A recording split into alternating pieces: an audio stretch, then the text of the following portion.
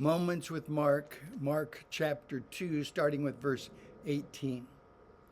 Once, when John's disciples and the Pharisees were fasting, some people came to Jesus and asked, "Why don't your disciples fast like John's disciples and the Pharisees do?"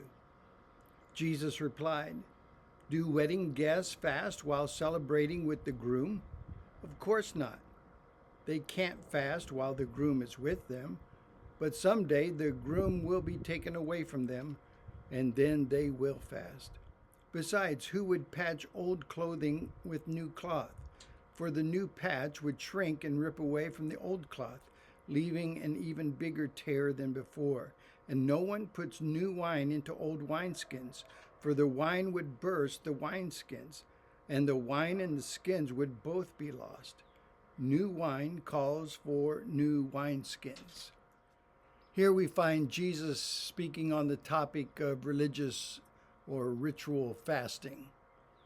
In verse 18, it talks about fasting, and they are asking Jesus, why doesn't his disciples fast? Fasting in religion is simply going without and replacing food with spiritual food. By that I mean replacing regular lunchtime meal with time for prayer and Bible reading. During Lent season, this is true for many Christians. Fasting is a ritual and in religion not a diet. It's a spiritual discipline. So fasting is denying the flesh, abstaining from some food, or as people adapt it today, they might abstain from TV or their phone or social media. Fasting basically is self-denial. So Jesus says in verses 19 and 20, thoughts about a wedding. Would you expect wedding guests to fast at the wedding reception? Of course not.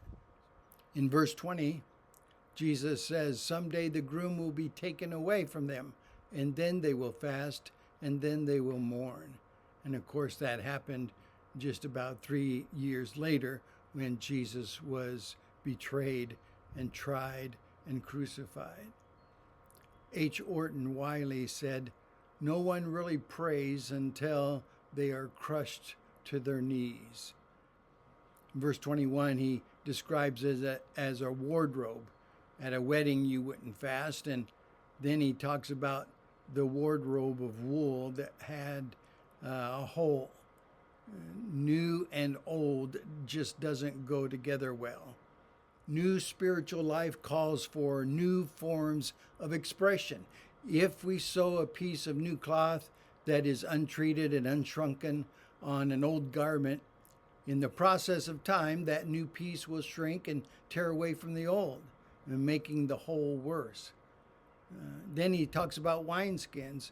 Old wineskins cannot contain new wine. In Jesus, something new and dynamic has come, and this new Christian movement with Jesus' followers could not be forced to fit into the old ways. New wine must be put into new, flexible wineskins. Old wineskins were not flexible for the new wine, and they would break. Thus, the wine and the wineskin would both be ruined. Today, we see the new wine. Asbury Revival, the Jesus Revolution of the 70s was new wine that didn't fit into the old wineskins. God always wants to do a new thing. Blessed are the flexible, for they shall not be broken. May our prayer ever be, keep us flexible, Lord. Keep us open, Lord, to the new wave of your Spirit.